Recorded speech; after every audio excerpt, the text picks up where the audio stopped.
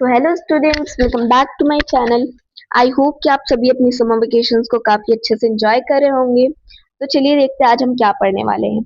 आज हम पढ़ने वाले हैं क्लास 10 साइंस का चैप्टर नंबर 1, जो है हमारा chemical reactions and equations.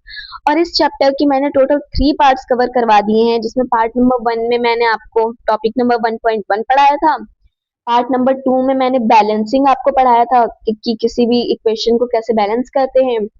Part number 3 में मैंने आपको टाइप ऑफ केमिकल रिएक्शंस पढ़ाया था। तो ये तीनों पार्ट्स काफी इंपॉर्टेंट हैं। तो अगर आपने नहीं देखा है तो आप प्लेलिस्ट पे देख सकते हैं चैनल की।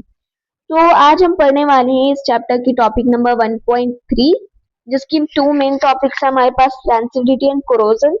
एंड अगर हम लेक्चर नंबर 3 की अगर हम रिकैप लेना चाहें, उसे एक बार रिवाइज करें, तो हमने वहां पर टाइप ऑफ केमिकल रिएक्शंस पढ़ा था, जो मेनली 5 टाइप्स के होते हैं।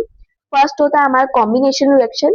इसमें क्या होता है, दो या दो से ज्यादा कंपाउंड्स जो होते हैं वो एक साथ कंबाइन होकर एक सिंगल प्रोडक्ट हमें देते हैं। एंड सेकेंड था हमारे पास डिकम्पोजिशन रिएक्शन।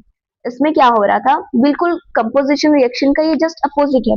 इसमें क्या हो रहा था, एक सिंगल प्रोडक्ट स्मॉल कंपाउंड्स में ब्रेक हो जा रहा था, सिंपल प्रोडक्ट्स में टूट जा रहा था। यानी कि एक रिएक्टेंट था और उसके काफी सारे प्रोडक्ट्स थे। एंड देन हमारे पास था डिस्प्लेसमेंट रिएक्शन। इसमें क्या हो रहा था, एक आयन, एक कंपाउंड जो है वो दूसरे कंपाउंड को रिप्लेस कर दे रहा था, डिस्प्लेस कर दे रहा था। एंड फोर्थ था हमारे पास डबल डिकम्पोजिशन रिएक्शन। इसमें दो कंपाउंड्स के बीच में आयंस का एक्सचेंज हो रहा था। आप सभी को मैंने पढ़ाया है अगर आपको याद हो तो। एंड फिफ्थ हमारे पास ऑक्सीडाइजेशन एंड रिडक्शन रिएक्शन, जैसे हम साथ में बोले तो रिडॉक्स रिएक्शन बोलते हैं। ऑक्सीडाइजेशन कब होता है, जब कोई भी सब्सटेंस ऑक्सीजन को गेन कर लेता है एंड या तो फिर हाइड्रोजन को लॉस करता है। ऑक्सीजन को गेन करता है एंड हाइड्रोजन को लॉस करता है, तो उसे हम बोलते हैं कि यहाँ पे ऑक्सीडाइजेशन रिएक्शन हुआ है, जो सब्सटेंस है ये ऑक्सीडाइज हो गया है। एंड वही अगर हम रिडक्शन की बात करें, तो अगर कोई भी सब्सटेंस जो है वो ऑक्सीजन को लूज करता है एंड हाइड्रोजन को गेन करता है, तो इसे हम बोलते हैं कि जो सब्सटेंस है वो रिड्यूस हो गया है। यहाँ पे रिडक्शन रिएक्शन हो रहा है एंड दोनों को साथ में हम रिडॉक्स रिएक्शन बोलते हैं। तो आज हम पढ़ने वाले हैं टॉपिक नंबर 1.3। तो चलिए आज की टॉपिक स्टार्ट करते हैं। तो हमारी टॉपिक नंबर 1.3 है, have you observe the effects of oxidisation reaction in everyday life. ये जो टॉपिक है ये हमसे एक क्वेश्चन कर रही है कि क्या हमने कभी ऑक्सीडाइजेशन रिएक्शन का एवरीडे लाइफ में एग्जांपल देखा है, क्या उसे ऑब्जर्व किया है। तो चलिए इस टॉपिक को कवर करते हैं और इसे अच्छे से समझते हैं कि इसका मतलब क्या है। तो हमारी टॉपिक नंबर 1.1.3 है कोरोजन। तो कोरोजन क्या होता है, you must have observe that iron articles are shiny when new. आपने ये चीज तो जरूर ऑब्जर्व की होगी कि जब आयरन आर्टिकल्स को जब हम परचेस करते हैं, जब वो न्यू होते हैं, तब वो काफी शाइनी से होते हैं, काफी चमकते रहते हैं, शाइनी होते हैं। But get coated with a reddish brown powder when left for some time. लेकिन अगर हम थोड़ी देर के लिए उन्हें छोड़ दें, मतलब कि कुछ टाइम के लिए उन्हें छोड़ दें, तो उनको ऊपर ना एक रेडिश ब्राउन पाउडर की कोटिंग आ जाती है। ये ज्यादातर ह्यूमिड एटमॉस्फेयर में छोड़ने की वजह से होता है। तो ये कोटिंग क्या है, this process is commonly known as rusting of iron. And ये जो ब्राउन पाउडर की जो कोटिंग आ गई ना, कोट हो गया है जिससे ये ऑब्जेक्ट, तो इस रिएक्शन को, इस प्रोसेस को बोलते हैं रस्टिंग ऑफ आयरन। क्या बोलते हैं, rusting of iron. Some other metals also get tarnished in this manner। And ये सिर्फ आयरन की बात नहीं चल रही है, यहाँ पे कुछ और भी मेटल्स होते हैं जो इसी सेम तरीके से टैनिस्ड हो जाते हैं। Have you ever notice the colour of the coating formed on silver and copper. क्या आपने कभी जो सिल्वर एंड कॉपर के ऊपर जो कोटिंग फॉर्म होती है, जैसे यहाँ पे आयरन के ऊपर कोटिंग हो जाती है जब ये पुराने हो जाते हैं, तो उसी तरह से कॉपर एंड सिल्वर के ऊपर भी कोटिंग आ जाती है इस तरह की। When a metal is attacked by substance around it, such as moisture, acids, etc., it is said to corrode, and this process is called corrosion।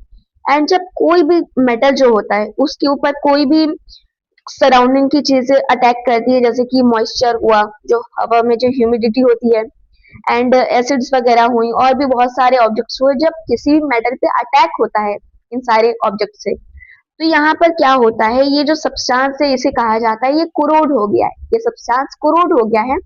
And इस प्रोसेस को हम बोलते हैं कोरोजन। क्या बोलते हैं? Corrosion. The black coating on silver and the green coating on copper are other examples of corrosion. And हमने iron पे रेड रेड ब्राउनिश पाउडर की कोटिंग देखी थी। एंड उसी सेम तरह से सिल्वर पे ब्लैक कोटिंग आ जाती है जब वो पुराने हो जाते हैं। तो जब वो कोरोड होते हैं तो उनके ऊपर ब्लैक कोटिंग आ जाती है सिल्वर पे। एंड वही अगर हम बात करें कॉपर पे, तो कॉपर पे ग्रीन कलर की कोटिंग आ जाती है। तो ये सारे साइंस मेटल की कोरोजन के हैं। Corrosion caused damage to car bodies, bridges, iron railings, ships, to all objects made of metals, especially those of iron. And ये जो corrosion है ना, ये इसके काफी सारे disadvantages हैं। इसमें मतलब कि अच्छी चीज है ही नहीं। ये corrosion क्या करता है, ये कार बॉडी इसको डैमेज कर देता है। एंड जो ब्रिजेस वगैरह होती है जो मेटल की बनी होती हैं उन्हें भी काफी ज्यादा डैमेज पहुंचाता है। आयरन रेलिंग्स को डैमेज कर देता है, शिप्स को डैमेज कर देता है। एंड जो भी ऑब्जेक्ट्स जो मेटल के बने होते हैं ये सबको बर्बाद कर देता है, बहुत नुकसान पहुंचाता है। और ये खासकर आयरन पे बहुत अटैक करता है, जैसे कि हमने अभी देखा आयरन पे बहुत ज्यादा अटैक करता है ये। आप समझ लीजिए कि आयरन का दुश्मन होता है, आयरन को बर्दाश्त कर ही नहीं सकता। और ये कोरोजन का जो रिएक्शन है आयरन के साथ ये और ज्यादा तेज हो जाता है, फास्ट हो जाता है जब ये ह्यूमिड एयर के कांटेक्ट में आ जाता है। आई होप कि आप समझ रहे होंगे। जैसे कि आपने आयरन नेल लिया, उसे वाटर में वेट कर दिया, या तो फिर वहां बाहर बारिश हो रही है एंड उसमें आपने वहां पर छोड़ दिया, तो आप वहां पर कुछ दिन बाद देखेंगे आयरन नेल को, तो वो बिल्कुल रेडिश ब्राउनिश पाउडर की कोटिंग आ जाएगी। एंड अगर हम इसे कॉमन लैंग्वेज में बोले तो हम बोलते हैं जंग लग गया है, आयरन में जंग लग गया है। एंड उसके बाद अगर हम देखिए corrosion of iron is a serious problem. And ये कोरोजन ऑफ आयरन जो है ये काफी सीरियस प्रॉब्लम है, क्योंकि इसके बहुत सारे डिसएडवांटेजेस होते हैं, है ना। ये काफी ज्यादा नुकसान पहुंचाता है। Every year an enormous amount of money is spent to replace damaged iron. And हर साल काफी ह्यूज अमाउंट ऑफ मनी जो होता है वो हम रिप्लेस सिर्फ स्पेंड करते हैं डैमेज्ड आयरन को रिप्लेस करने के लिए। एंड शिप्स को जो होती हैं, जो हमारी शिप्स होती हैं, उन्हें ये काफी ज्यादा डैमेज करता है, क्योंकि जो शिप होती है वो आयरन की बनी होती है एंड मेटल्स की बनी होती है। एंड वो सीज में चलती है, पानी में चलती हैं। तो जब ये ह्यूमिड एयर में या तो फिर वाटर के कांटेक्ट में आता है तो ये जो रिएक्शन होता है वो और फास्ट हो जाता है, तो ये शिप्स को भी काफी ज्यादा डैमेज पहुंचाता है। You will learn more about corrosion in chapter number 3। And corrosion के बारे में ना हम चैप्टर नंबर 3 में और भी ज्यादा डीप में जानेंगे कि ये कैसे होता है। एंड हमारे पास नेक्स्ट हमारे पास रेंसिडिटी। रेंसिडिटी क्या होता है?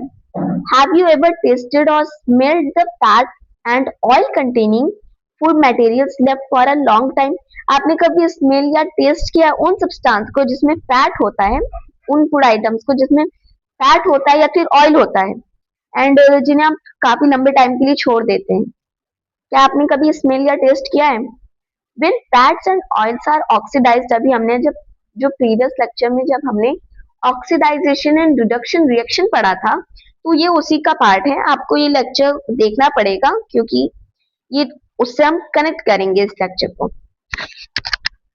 तो जब फैट और ऑयल कंटेनिंग सब्सटेंस जो होते हैं जब वो ऑक्सीडाइज होते हैं, they become rancid and their smell and taste changes.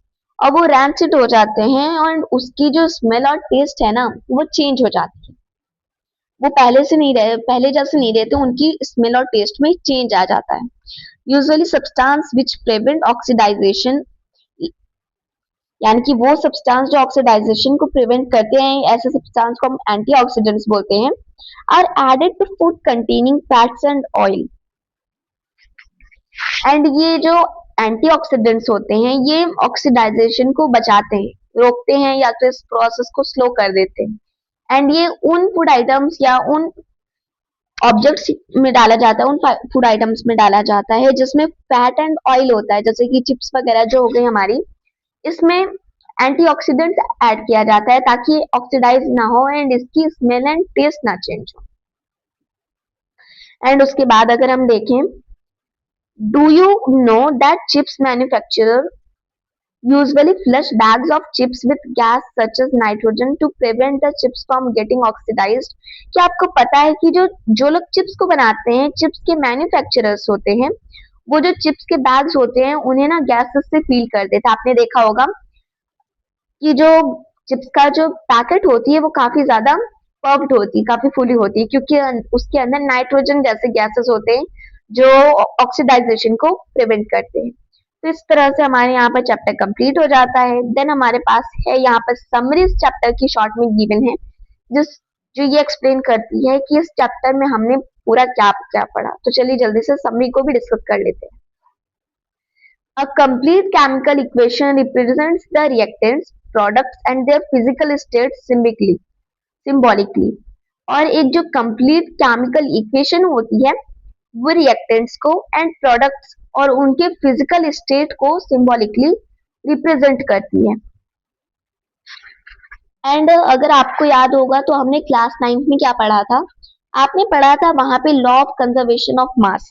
ये क्या बोलता है कि किसी भी केमिकल रिएक्शन जब ऑकर होता है, मीन्स जब होता है, तब वहां पर क्या होता है कि जो नंबर ऑफ एटम्स पहले थे रिएक्टेंट्स में, वो बाद में प्रोडक्ट्स में भी नंबर ऑफ रिएक्टेंट्स सेम रहते हैं। एंड यही रीजन है कि हमें केमिकल इक्वेशंस को बैलेंस करना पड़ता है। एंड अनबैलेंस केमिकल इक्वेशंस को हम बोलते हैं स्केलेटल केमिकल इक्वेशंस या फिर अनबैलेंस्ड केमिकल इक्वेशंस। एंड इसी टॉपिक पे हमारा एक पॉइंट है, यहाँ पर हमने चैप्टर में पूरा कवर किया था लेक्चर नंबर 2 में, तो आप वहां पर देख सकते हैं। यहाँ पर हमारा सेकंड पॉइंट था हमारे समरी का, a chemical equation is balanced so that the number of atoms of each type involved in a chemical reaction are the same on the reactant and product side of the equation।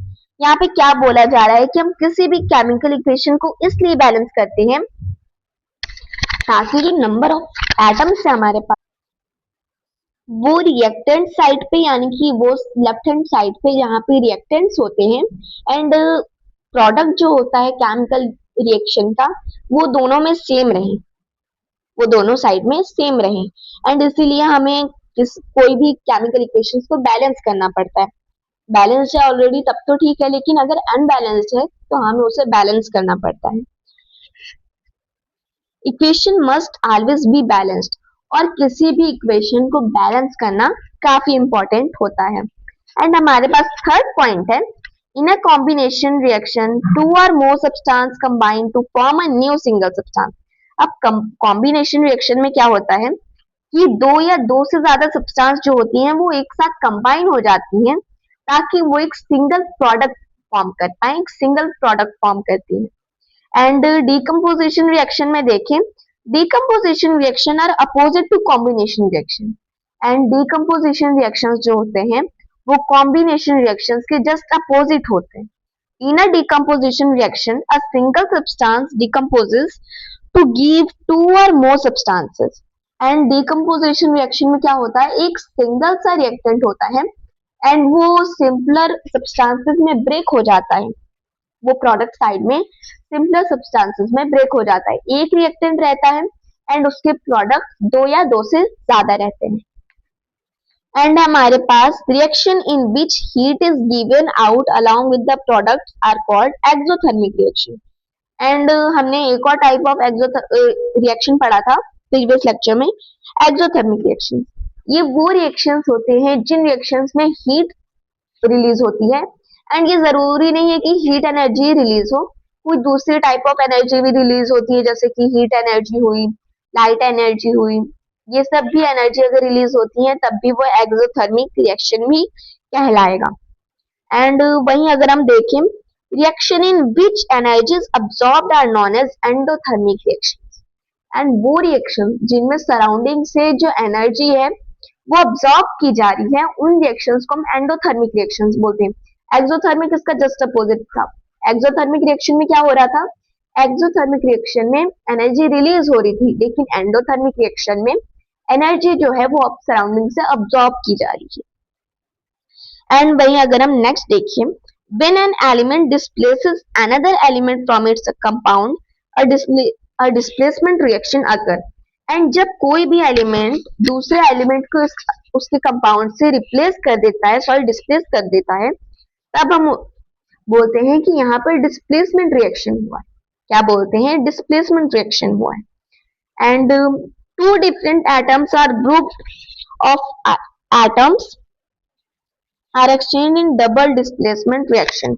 And वहीं अगर दूसरे double displacement reaction में क्या देखते हैं, तो यहाँ पे दो डिफरेंट एटम्स के जो आयंस होते हैं या फिर दो डिफरेंट ग्रुप ऑफ एटम्स के जो आयंस जो होते हैं वो आपस में एक्सचेंज होते हैं, तो इस रिएक्शन को हम बोलते हैं double displacement reaction. And next है हमारे पास precipitation reaction produce insoluble salts. And हम देखते हैं कि प्रेसिपिटेशन रिएक्शन भी होता है, तो इसमें क्या होता है, यहाँ पर इनसॉल्युबल सॉल्ट्स प्रोड्यूस होते हैं।